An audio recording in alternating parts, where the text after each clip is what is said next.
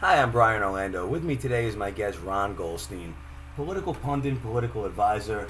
Ron's worked with Ted Kennedy, Barack Obama, Bill Clinton, and with these names comes one topic that comes to mind, and that's sex and politics. There were a lot of sex scandals going on back then. And you're a guy who really tried to connect the dots with all this stuff, peel back the Iron Curtain, and just see how we got to the public perception of these sex scandals. And I was always curious as to why people cared so much. Oh, it's salacious. People have loved sex scandals for years. I mean, and you combine it with power, sex and power. I mean, it's very potent. It dominates the TV Nielsen ratings right now, and it dominates tabloid newspapers, and people love it. Your job was helping to get people elected to different offices. Yeah. How detrimental is a sex scandal to somebody's chances of getting in? Well, there are different degrees, different variations. First of all, you don't, as a consultant, you do not want it to happen. Right. You want everybody to be clean for at least the duration of the campaign while they're in office.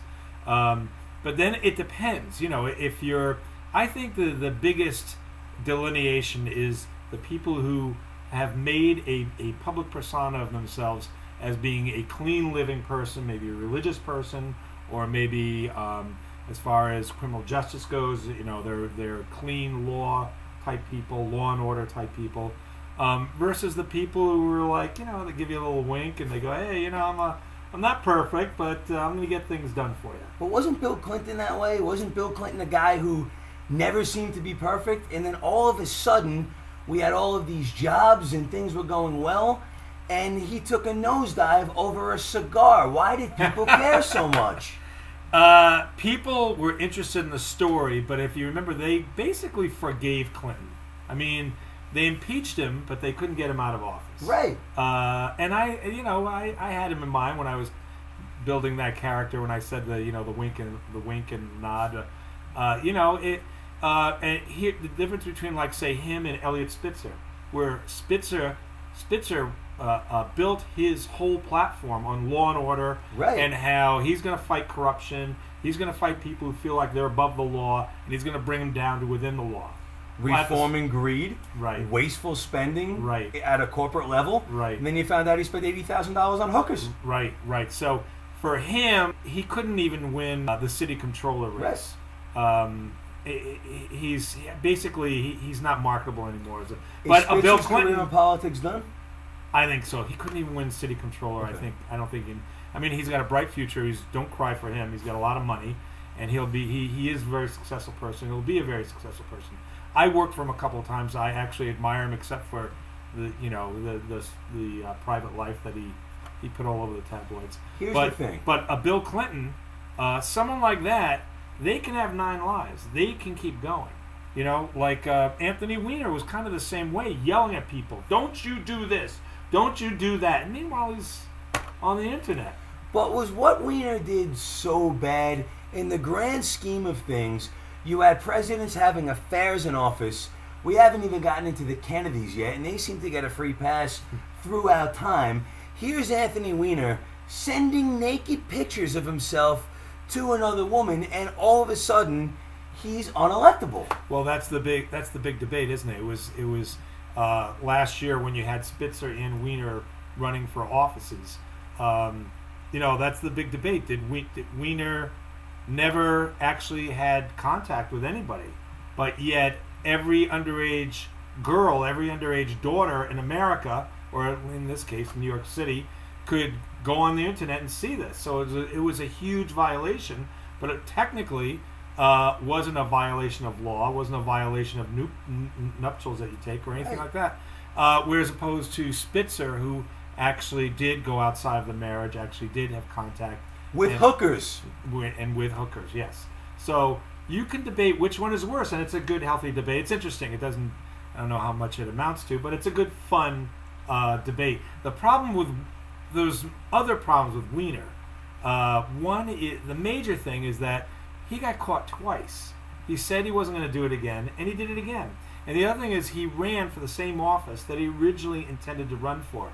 It seems to me it's like the Mark Sanford rule, where, you know, if you get caught, admit it, say you're never going to do it again, wait a couple of years, come back, run for a lower office. Seems like that's what the formula Spitzer followed. Where Weiner, he admitted it, he got out of the race. A couple months later, a little while later, he gets, a very short time later, gets back in, and we found out he's been doing it again, that he's a serial offender. So in other ways, he really broke the mold and is much more of a serious offender as far as sex and politics. Just because he was caught twice doing a much lesser thing than Spitzer, Clinton, or anybody else. He lied to us twice. Okay. Lie to me once, fool me once. Here's my question. And Ron Goldstein has worked with many different political offices, not just at the top, but on a local level as well. Mm-hmm. Your job basically is public perception. You're there to gauge what people think of your candidate. What I don't understand is why people care so much. When you say Weiner lied to us twice, I believe you that that's what the general public thinks. I personally think Weiner lied to his wife twice, not us. Why do people take it to heart? She's a metaphor for us. I mean, he is a public servant. And so this is the American way of perceiving their public servants, that they aren't going to have this. They're not going to be hypocrites that have this secret life, especially when they're people who have built their credentials on, shouting down other people because he was right and they were wrong. John F. Kennedy and his brother were both having an affair with the same woman. A cultural icon at that. It seems to fly under the radar even today. I understand the Kennedys were assassinated, but even so, it seems as if back then people did not care as much. Today, the Kennedys, I don't think, could exist. Why was it more accepted back then? Well, first of all, I just want to say I'm not aware that it was ever really proven that either one of them had an affair with Marilyn Monroe. Maybe it could have happened, I guess, but I'm really not trying to protect them. I don't, it just sounds like a really good tabloid story. And I don't know if it happened. It might have. I don't know. I don't know if any proof of it. The general public, most people would say that it did because most people believe it. Sure, that doesn't make it true. I think these accounts are like third hand, and so can you really trust a third hand account? I'm not sure. Well, John F. Kennedy and Robert F. Kennedy were both known to have affairs, regardless of with who. Yes, especially John Kennedy. I have no doubt that he had several affairs. He had many affairs. So why is he still looked at as some sort of political god, whereas a Bill Clinton, who did so much for this country, is looked at as a dog? Well, John Kennedy did a lot in a very short period of time, but it was, I know what you're getting at. It was a different time back then. Back then, the news outlets were very small. They were insular, and if they liked you as a person, then you had a lot of control over them. You had a lot of power. And he would have these guys come over his house, and they'd have drinks together and, socialize. And in the end, they didn't want to. They felt like it wasn't up to them to break the news about these picadillos in his private life. I'm not so sure that he's not held any differently than Bill Clinton right now, even though he was martyred and he, I think that when they think of the private lives of both Clinton and Kennedy, they pretty much assure them both. I always thought it was kind of weird. I always, because John Kennedy was Bill Clinton's idol. I mean, I know that. And I was thinking, does he wanted to be exactly like him? Like, exactly? Right. That's what I always thought when I heard about, the picadillos and Clintons. Monica Lewinsky was no Marilyn Monroe, that's for sure. No. I don't know about Marilyn Monroe.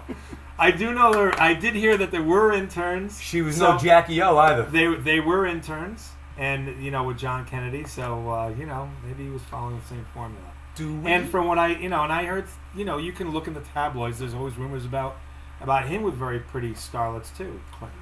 One of Ron's clients throughout the years, you worked with Ted Kennedy, who, now because of the Health Care Act, gets a lot more credit, but he was almost a forgotten Kennedy for a while because of what happened to his brothers. But he was involved in a very high-profile sex scandal for a while, and he was able to have a career after that. Right. Yes. He followed a very big. It cost him the presidency. He was supposed to be the next in line. He was gonna. I remember those times. He was gonna be the next president, I don't think anybody was going to beat him as long as he just lived up to his capabilities, because he was a very good politician. But people believe he killed somebody. Public perception was that he might have had this girl erased because he was having an affair with her, and he was still able to have a political career after that. Whereas Bill Clinton simply had an affair, nobody died. Yeah. What happened there? I was 11 when it happened, so I wasn't there, and nobody invited me to the party. What I mean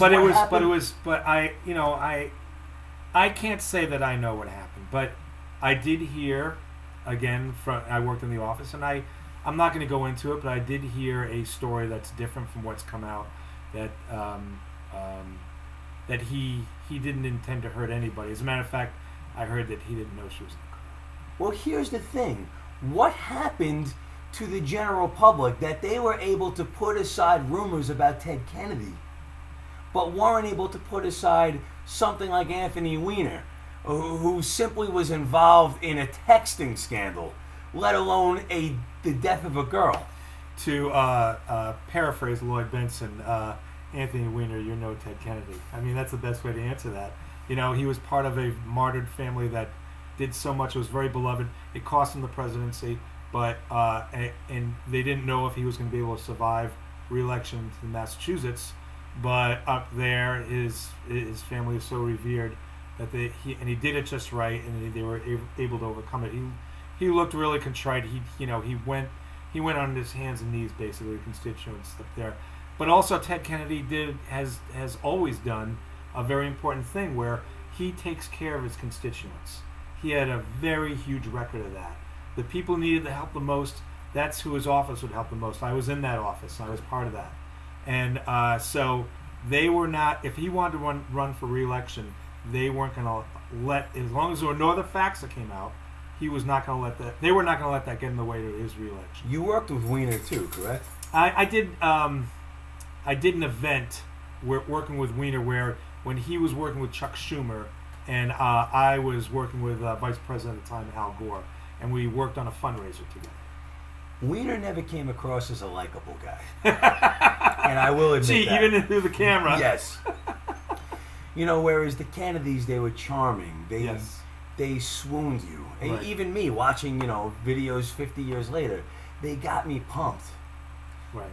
And to me, I guess it's in the packaging, but you have scandals like Bill O'Reilly. That's no pun intended when you said packaging. Right. You have scandals like Bill O'Reilly. That went away quickly. That was a sexual harassment scandal.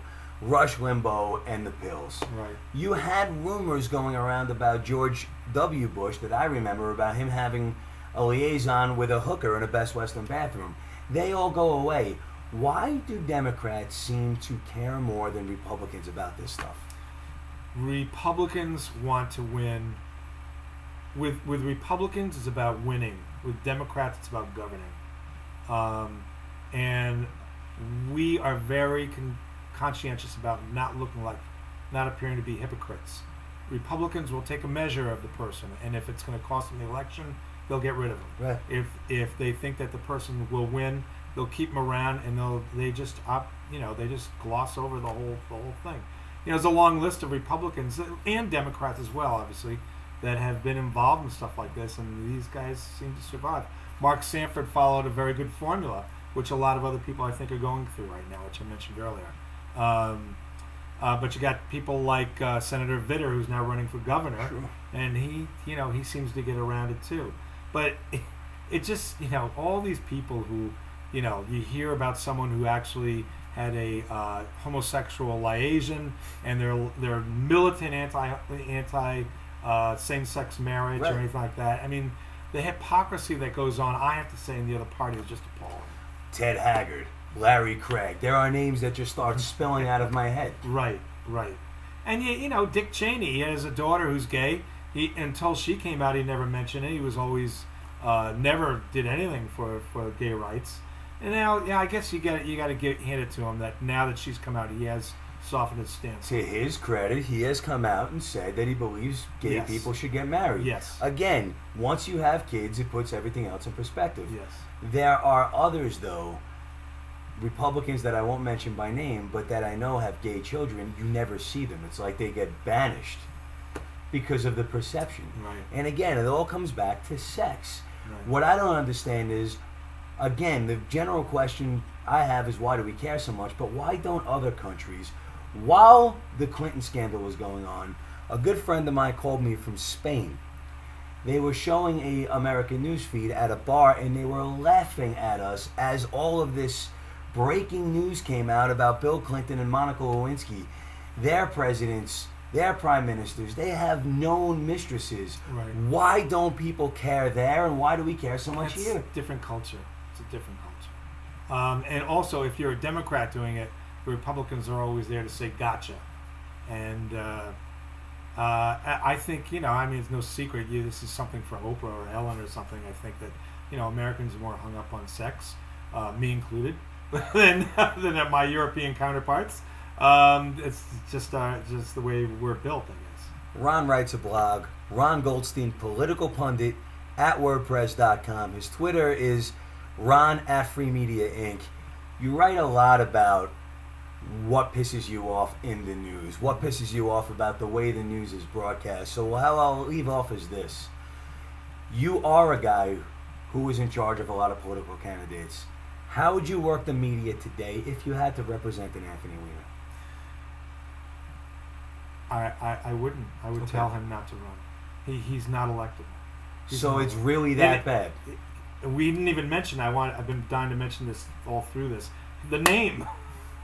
I mean, the name is right there. Right. I mean, you can't get a worse name. Well, in a way, yeah. I mean, that's what I'm going to think about. He's unelectable. I wouldn't work for him. If he asked me my advice, I'd tell him, you're unelectable. He got a job, a very good consulting job after he left, and made a ton of money. And then he decided he wanted to get back in. This goes into the thing we've talked about before about the cult of personality, people who want to be politicians. They're willing to do anything. They're willing to throw it all out there. He thought, I can just come right back, even though I'm still doing this with the internet, I can come right back and win mayor of New York. It's the chutzpah, the hubris is unbelievable. So sex and politics can really make or break your career. Ron and I will be back next week. Plenty of other topics to talk about. Affordable health care is something he really wants to dive into. Ron was around as this stuff was being talked about, as he helped get President Barack Obama elected twice. Yeah. We'll see you guys next week. Take care.